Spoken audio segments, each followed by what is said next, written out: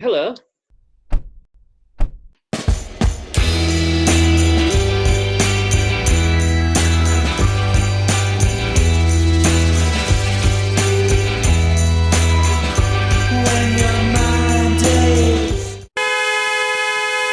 I'm Charles Hutchinson, co-host of Two Big Egos in a Small Car.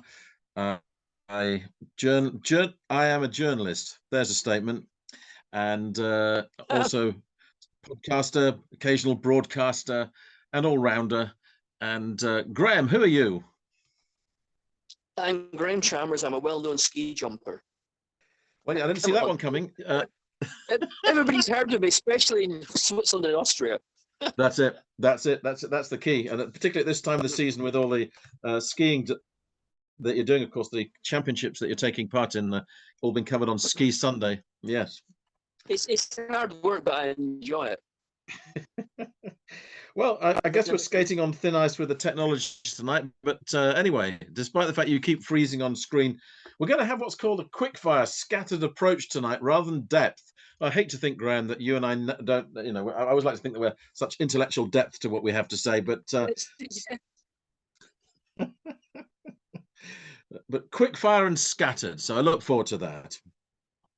Yeah, no, Charles, but it's nice. It's nice to skim the surface occasionally, like everybody else does. It is. It is. And so I've got a list here, which I chose not to add to because actually Graham's got a comprehensive list which we are going to go through. And the first one is, well, indie bands. And I had to admit that in my choices of 5 albums of the year, I failed wholly and completely to represent at all any upcoming bands that may have released albums this year. I've gone rather with old favorites and new works by them. And you, however, and I suppose therefore I could qualify for this, wrong perceptions about indie bands, and two who you're mentioning, Bar Italia and The Last Dinner Party. What are the wrong perceptions? Your wrong perceptions or the public perceptions? Come on, my perceptions are ever wrong. Well, I'm the sort of guy, I don't really like hype. And even when I was a kid, I remember like the Cocteau Twins were talked about so much. So I refused to listen to the Cocteau Twins, even though they went to my school, till about Pearly Dewdrops Drops was a hit single in about 84. So I don't really go along with hype, but there's a band called Bar Italia from London, a three-piece. And they're sort of like in that sort of vein of bands that BBC Six Music likes a lot. They're sort of slightly post-punk and a bit lo-fi alternative, a bit like Dry Cleaning or Sprints or English Teacher who are from Leeds. And I bought a Bar Italia album before Christmas. Yeah. And they actually released 2 albums last year. So I bought the first one that came out called Tracy Denham. And I thought, this is going to be good.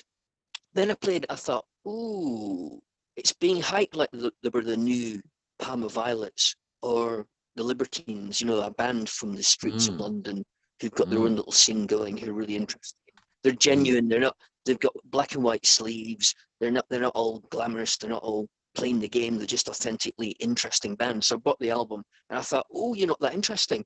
It's sort of like Sonic Youth at the Edge, a bit grungy, a bit lo-fi, Pavement, sort of interesting, sort of arty, but it's got lots of deadpan vocals, either female or male, in that sort of lifeless vein that Dry Cleaning do.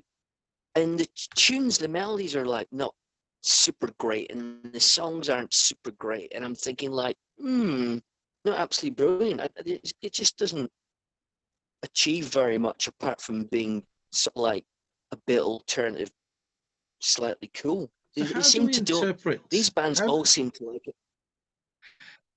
How do we interpret why national press, or more to the point, London press, gets overexcited about them? And again, we're probably sounding like old men here, but actually, when Wet Leg came along, you could see the appeal of Wet Leg. That was something that I think everyone got. The freshness that they brought, particularly the way they used video, the humor that went into that, and it's more difficult when as soon as you mention this form of singing that's been around for a little while now, that dry cleaning have done, that English teacher from Leeds are doing, that to an extent yard act are doing, which is as much talking as singing. I keep forgetting the German word for it, which I keep mentioning. There is a German word for it, and one day I will actually look it up.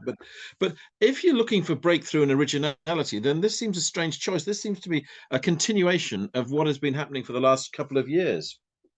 I can only think that because the mainstream multi-mega big acts that get streamed in their billions and make loads of money, a world away from Italia, dry cleaning, or English teacher. I can only think because it is an alternative, it isn't anything like Taylor Swift or Ed Sheeran or Dua Lipa or a million other people. Actually, not a million, probably about 15 other people who make a lot of money out of that sort of stuff. It's nothing like that. So therefore, as the alternative, it's almost automatically cool. And I would buy it if they had great tunes, but they seem to not to write conventional tunes. But okay, that's fine. If there'd been no Velvet Underground, and no Gang of Four, and no Sonic Youth, and no Pavement, there's been a million bands done this, and all these new English bands are bringing to the table is a sort of English slight art school whimsy to it. It's all very non-threatening and not very dark. And the good thing about Sonic Youth, especially in the 1980s, was that there was a dark edge to them. And there's not much of a dark edge to any of these bands, including Italia. So it's not that I hate them; they're not terrible, but I'm just not super excited. Whereas I actually quite like The Last Dinner Party, an all-female band. So tell me that Last Dinner Party. Treat me as a novice on that band. Who are Last Dinner Party? And which seems a very Sloane Ranger type name for a band. Yes, you mentioned them from then. I remember that. Yeah, well, they're clearly not from the dark streets of Barnsley. No. But, and I saw them, they were flouncing around in these long, white, flowing, fuzzy dresses and leaping around with great enthusiasm. But if you shut your eyes and didn't see that, all you heard was this sort of upbeat, sort of modern version of poppy prog rock with a bit of suede thrown in and occasionally a minor bit of ABBA.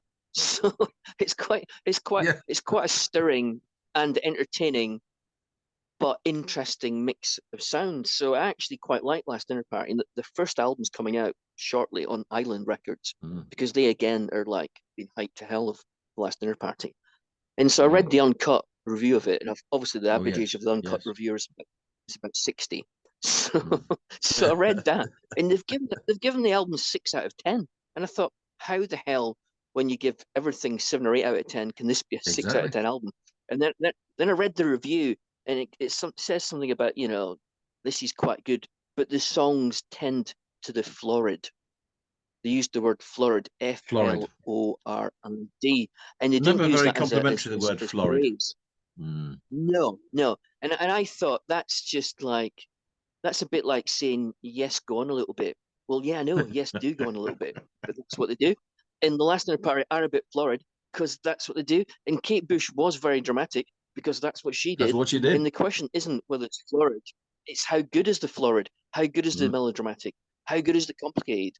Is it really interesting and melodic and grabs you, or doesn't it? So The Last Dinner Party grabbed me, and the fact it's florid is almost part of the appeal.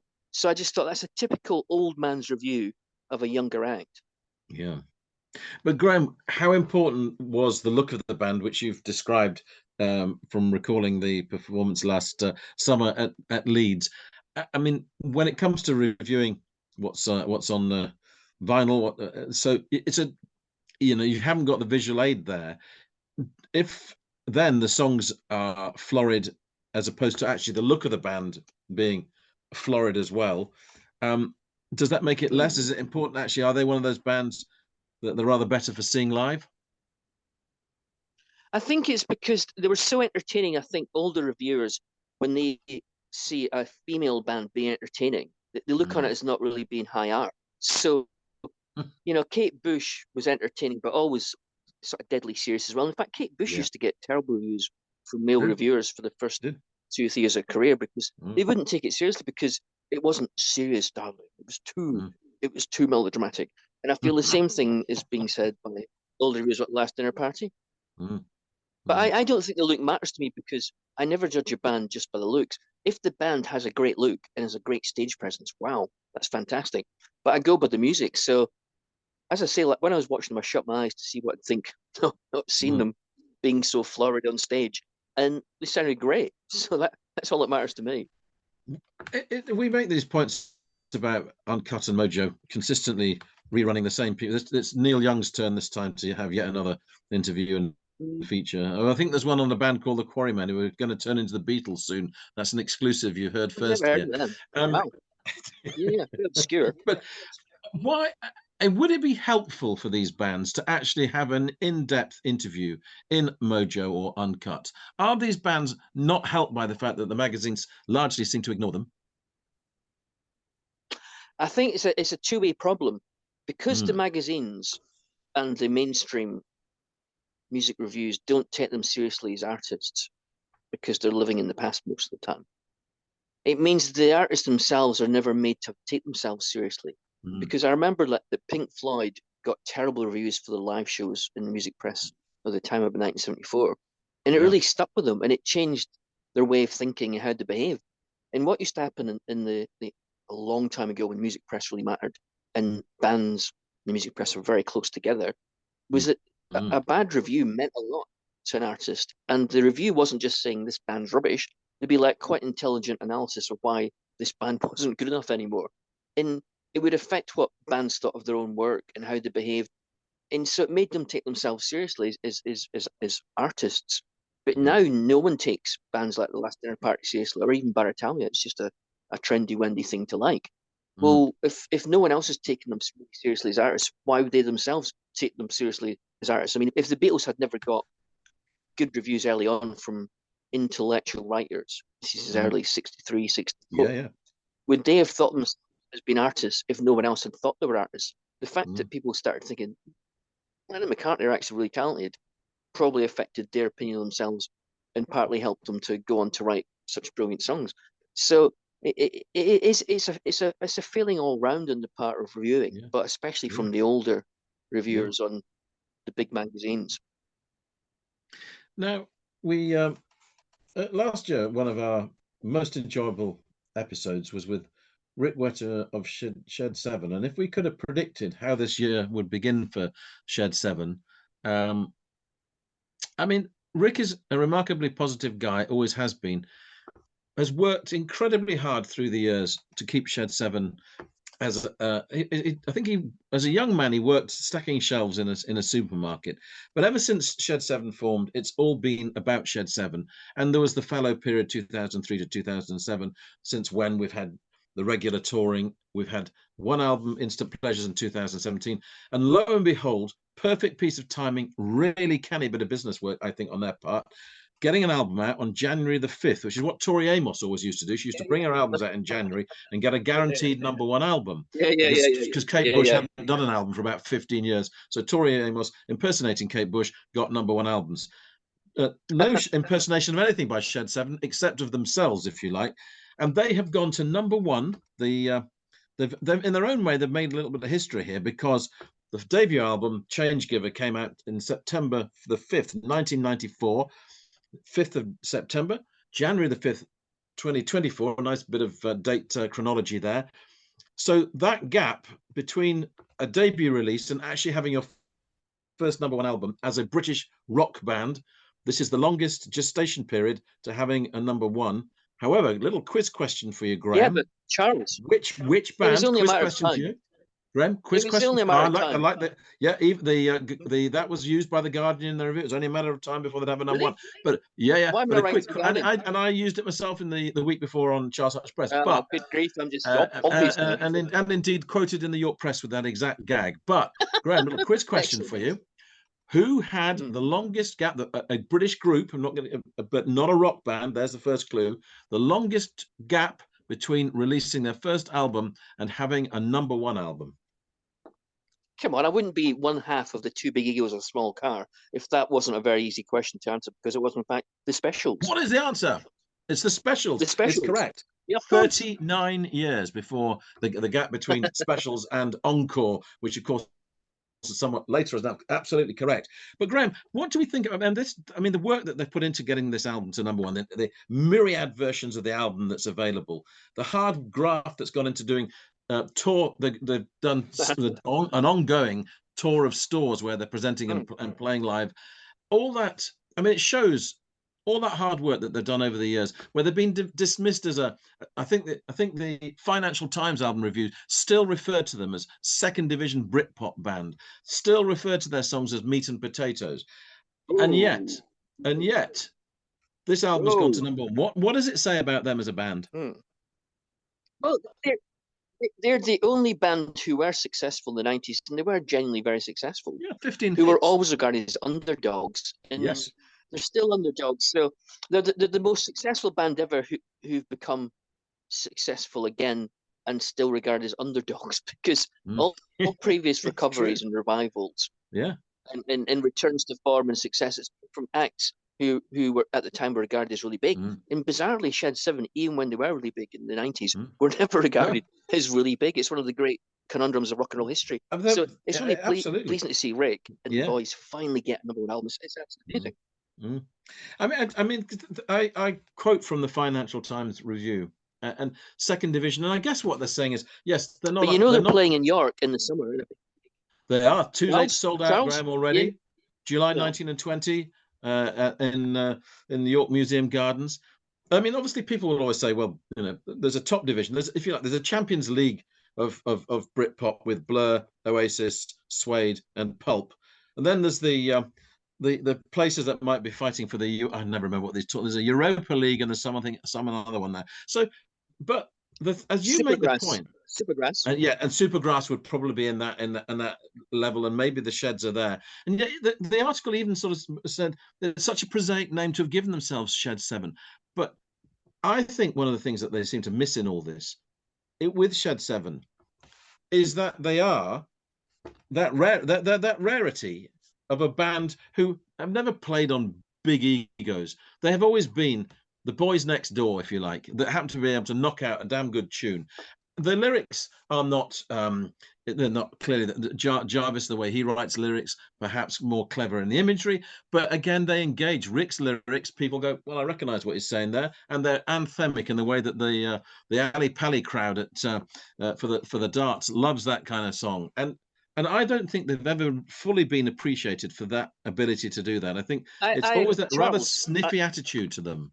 Yeah, I agree. It's a bit like, well, of the 60s classic bands that were big at the time and who are written about a lot now, Moody Blues, they were never as good as the Beatles or the Stones or the Who or the Kinks or the Beach Boys. But no one calls them a second division band. No, they get a lot of credibility. But somehow Shed 7 get lumped in that unfair category. I think it's because they are so down to earth and so non-bullshitty. I think that's the problem. It is when it comes to the intelligentsia, as it were, doing the analysis. And yet, I mean, I went to the signing session at HMV in York, and the bond between the band and the fans is just lovely to see. And we're talking blokes in their 40s and 50s and whatever, and just the absolute sense of it is, I have mentioned it before, they are in many ways like a football club's supporters. That's the bond that they have.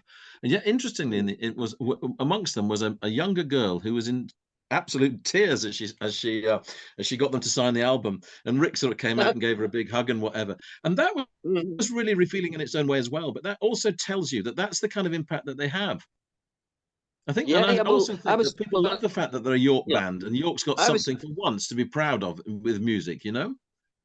Well, yeah, I was in York only about 10 years ago or less, shopping at the weekend. I went to Clark's to make some shoes, and who was in Clark's looking for shoes but Rick Witter with his missus. So, you know, he hasn't swanned off to like the south of France or LA at any point, has he? And by the way, I do not mean that in any way that the Sheds are the only great band from York. I would always point out the Howlin' and Hum, a truly remarkable band, and I love the music of Bull, and I love the music, and I love the music of Bull as well, and have for many years too. So I don't think the Howlin' and Hum are going to sue us. I wouldn't worry. I would no, but I think it's always an interesting debate actually between, in terms of creativity and if you're going to look at the art house band as opposed to the commercial band that the Sheds are, and it's an interesting little discussion between if you see the merits of Howl on the Hum and you see the merits of the Sheds, as to which has higher place in York, and that's always one for the future. I'm not saying we should. I'm not in any way going to come down on either side on that because I've enjoyed both through the years so much. I love art. I love arty stuff and challenging stuff, but I would rather listen to Shed 7 than Lancome. And Lancome, yes, these days are cooler than Shed 7, but it doesn't make that right. No, it doesn't make it right. So, but by the way, did you hear me that Shed 7 are playing a big gig in York this summer? I did, and I quoted it, and you're going to tell me something different. Where's the punchline that's different from before? There is no punchline. That was it. I was just reminding you if you didn't catch the first time, which obviously you did. So I did, and the both nights have sold out. Now, interestingly, I spoke to Rick about this. Was he tempted, or were the Sheds tempted to play a third night? And they thought, no, we'll leave it at 2 because there's a nice feeling about it being 2, and it's sold out with 2. And instead, basically, later in the year, this is, as you know, they do the Shedcember tour every 2 years. So in the winter, they'll be playing Shedcember gigs. Don't know whether one of those will be in York yet. We'll see whether one will be in Leeds, perhaps more likely to be First Direct Arena or whatever. So we'll wait and see what happens on that. But he was happy that it stayed as 2 gigs, and so that's what it will remain as. So that was confirmed in a piece I put in Charles Hutch Press during the week. But Graham, I was shocked here. Shed 2. You mean Shed 2? Shed 2, not Shed 3. That's the one. I knew there was going to be a punchline. Anyway, I was shocked here. I'm going to read this out. How Graham Chalmers got a few things wrong. You heard that right. Wrong about the new film Priscilla. I felt last week, we gave an interesting debate between the merits of the Elvis film and the Priscilla film, and we had very divergent views on it. I didn't particularly like the Priscilla film, and I continue to still prefer the Elvis film. But what did you get wrong about your assessment of Priscilla? Did you go and see it again? Were you glutton for punishment? No, I thought about it because it's a bit like Todd Haynes' May December film. Yeah, it sort of stuck with me, and I realized it was a bit more, slightly more deceptively complex than I'd realized at the time. Also, I need to say that one person who agrees with you about the film is Lisa Marie. Priscilla's daughter, who said the film was an absolute travesty of her dad. It just wasn't anything like her dad. No, okay. Lisa Marie, she said. So she agrees with you. But I got one thing seriously wrong, which is that Graceland is not in the film because so do they just show the gates? Do they just show the gates? Is that all it is? I don't know. Well, that might be real, but it was mostly shot in Canada, and the outside of Graceland was attached to a normal building, so they did an exact copy of the facade, stuck it on a normal building. The interiors are totally fake. It's not Graceland. But I just think that shows what a great job they did, because I certainly fell for it, because you and me have been in Graceland. We have been in Graceland. We have indeed. And I fell for it. I completely fell for it. The other thing that's one thing you got wrong about it, Graham, but you've mentioned plural wrong of sins of wrongness. Yeah, well, the second thing is that although I don't think they showed Elvis to be an absolute monster, I thought it was reasonably fair what Sofia Coppola was doing from the book by Priscilla herself. One thing that it was wrong was that if you look at the real Elvis in any films, even like in the 70s when he was older and fatter, he's got such a warm, charismatic personality, which sort of balances some of his bad behavior. Well, obviously the actor playing Elvis couldn't get that warmth and charisma across because he's not Elvis. So in that way, it was a bit unfair to him, because it'd be a bit like someone really unfunny playing Eric Morecambe. It wouldn't be right, would it? That's a very good comparison. I mean, I do think that's one of the great limitations of the film. There are human frailties in Elvis Presley. Are there as in all of us? We all have foibles. I've just found myself thinking, I don't get any sense of what is so amazing about Elvis from this film, and therefore that is a serious failing with the film. It was a relationship between a couple. It was, and I don't know, obviously, having gone through somewhat a combative marriage in my time, probably watching people not getting on is something that I'm not really happy watching. But you talk about Elvis's foibles. But he had foibles with so many women. That was the problem. Fumbles, Graham, not foibles. Fumbles. Yeah. Another thing that I noticed about the film is that it's actually directed and scripted like a dark fairy tale where Priscilla's Snow White or Little Red Yes. Riding Hood going into the dragon or the wolf's lair, and Graceland represents the wolf's lair, Or and Beauty and the this Beast. innocent person's in the is in the middle of this. So I hadn't quite got that when I watched it, and I realized afterwards that's what she was probably trying to do. Is like But I think that's a a very misrepresentation as subtly well, done isn't it? dark fairy tale. Isn't that a misrepresentation? Well, we weren't there, so it's hard to be definitive. I thought that. I mean, one We review don't made know the what point Priscilla was that really she like was, when she was young. that she was typical of a story in which you have both everything and nothing, and you are not necessarily trapped, but you are in this gilded cage. And of course, it's been the subject of Hedda Gabler. Many a play has depicted that, and Sofia Coppola in previous pieces as well has done that. But I didn't feel that I just didn't think it was as interesting as, for example, Hedda Gabler. I just don't think it's a great piece of art. Well, first of all, Gilded Cage is by itself a great fairy tale storyline. And secondly, I agree only in terms of the ending, which came way too quickly. But I think until the last 10, 15 minutes, in the end, I thought it was really good. But yeah, we've been here before. We've agreed to and just a trail at next week. I'm hoping you've seen Poor Things, and if you haven't, please see it during this week, Graham, because we need to discuss that film next week. It's a remarkable piece of work. Definitely, yeah. And we really need to talk about it next week. A vastly superior film to Priscilla, just on a wholly different level as a piece of filmmaking. Now, fine. I would like to know, Graham, The Miracle of Mr Mick. Now, this was a cult album in 1976 by Stackridge. I guess in 1976 we were starting to be drawn to punk's rise, and so Stackridge kind of passed me by in 1976. Don't recall being very focused on Stackridge in my time, but nevertheless, it's a cult album, and you've rediscovered it. The music press in '76 was starting to write about punk acts like the Ramones and the Sex Pistols, and pop rock and Dr. Feelgood. But the majority of pages in Sound's Melody Maker, Then He Me, and the majority of every other music medium was mainly still covering prog rock bands, your classic bands like The Who and the Rolling Stones, Paul McCartney, and pop stuff. So, punk wasn't that big in '76, no matter what anybody says now. And at the time, as like a 12, 13-year-old, I liked the Beatles and 10cc and Slade and Kinks. So I wasn't into like a lot of the prog rock or heavy rock or Led Zeppelin or the middle of the road pop that was littered top of the pops or disco. I wasn't at that. But what I wasn't, it was Stackridge's Mr Mick, which John Peel used to play. And so I actually bought it age 13. And it was released last year as a double CD by Cherry Red Records. And I bought it with some trepidation because I hadn't heard it since the 1970s or 80s. And I thought, it's such a long time ago. Perhaps my reasoning was wrong. Perhaps I'll think it's a bunch of rubbish now.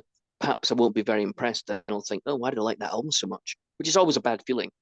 It's a bit like if you meet an old friend and you think, oh, they've changed a lot. So I bought it. I got it.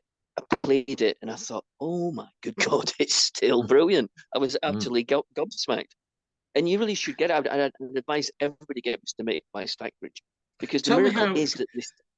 You mentioned they invented the future. Now, tell me, in what future are you referring to there? Because obviously, for a brief while, punk did become the focus, and then New Romantics and whatever. So, what future there are you referring to, Graham? Well, there are parts of Mr. Mick, which is a concept album with 9 tracks and a huge variety of styles on it, but always melody, always songs, and even instrumentals have got strong tunes, as well as the narration and the sound effects and the cinematic soundscapes, all done in short songs. It's not like a length. So I think it's about 37 minutes long. So it's not a self-indulgent meandering concept. It's very, very clipped and very to the point. And parts of it are a bit sort of flouncy prog pop and sound a bit like Kate Bush. And you got to remember that Kate Bush didn't release a record till 78. And this came out in '76. Other parts are like the second side of Bowie's Low album, which came out about 7 months later. in 1977. Mm. Some parts of it are sort of music hall power pop, which have elements of XTC in the 70s and 80s, then Blur in the 90s. And the storyline itself, which is about an old bloke in a care home and his mental health issues, looking back in his past and about how he lives his life now. Mm. The storyline itself is about mental health, which in those days wasn't a great subject for rock and roll, I tell you. No, It wasn't no. regarded highly. But nowadays, like your mental health's like all over pop Yeah. world. And on Yeah. top of that, the main songwriter in the band, Andy Davis, and great guitar player, and his lead guitar lines are superb on the album. A bit sort of George Harrison-esque. In fact, the whole album has elements of the Abbey Road Beatles sound and style and almost quality. That's how good it is. Yeah. Well, he went on to leave Stackridge because Mr Mick did not sell. And they were the first band signed to Rocket Records, which Elton John launched in 1974. Oh, yes, yes. And after two albums, Mr Mick was the last album. They got the boot, so the band split up in 76. And what did Andy Davis do? He then formed the Corgis, who had that big hit with Everybody's Gonna Learn Sometime, Yes. that sort of synth pop song. Mm. And so the amazing thing is that the album, first of all, is from a band who, when they started in the 70s, were long hair, flares, wide lapels, doing sort of like whimsical, semi-acoustic, self-indulgent, slightly jazzy, slightly English whimsy, slightly odd bonzo dog band type music of great skill, but it's really, you know, it what it wafts on the wind. It does. It's a bit annoying, to be honest. And Mr. Mick doesn't sound anything like that, although it has still got some whimsy left.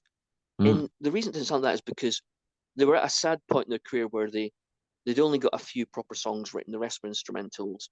They couldn't afford to pay the rest of the band, the two main guys in the band, who was I think it was Mutt Slater and Andy Davis. And so they had to do an album because the Rocket Records said, "What new album?" So they thought, well, by sheer accident, they bumped it again. He was a children's story writer, a young guy. He had a storyline ready about an old man. And they said, well, why don't we use the instrumentals to create a storyline out of your story? So the album was half written by a children's story writer just to hang all together, linked to the 4 or 5 properly good songs they'd written. And they gave that to Rocket Records. And Rocket Records went, no way we're releasing this. And they reordered the tracks, dumped 4 instrumentals, dumped most of the narration, but not all of it, made them cover the Beatles' Hold Me Tight to try and have a hit single, and chucked it out as a 9-track album as opposed to a 12-track album. And so the new release by Cherry Records has the whole of the original album. It's never been heard before. And it sounds like a very trendy, modern BBC Radio 4 play that you'd hear nowadays, with a slightly depressing storyline and lots of narration and lots of like sound effects from the real world allied to some tunes.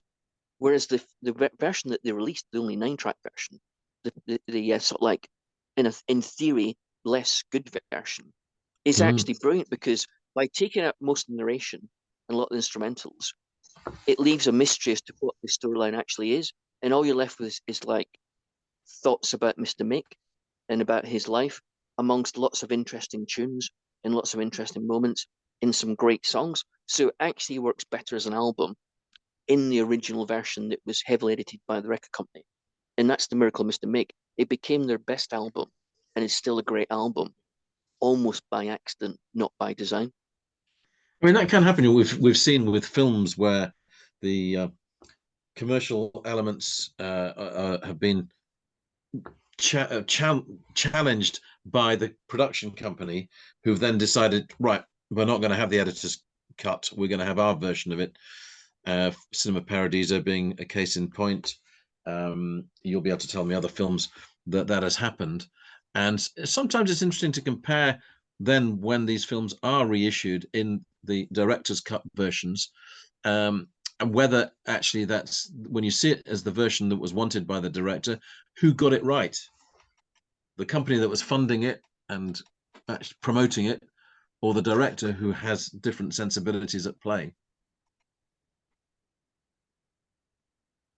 I think most of the time the editing works, because for Apocalypse Now, for example, every time they released a new version that was longer than the previous version with extra scenes, it lessened the magic of the film. Absolutely agree because with you. by explaining too much, all great art, if you explain everything, it stops becoming great art.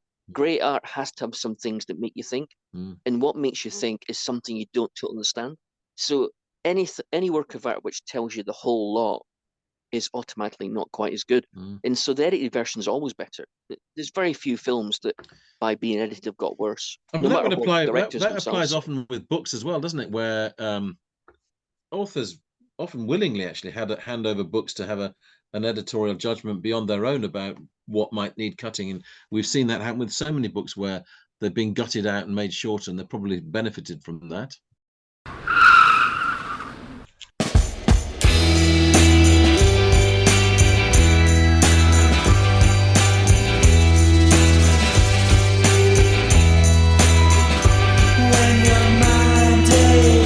You've been listening to the podcast Two Big Egos in a Small Car.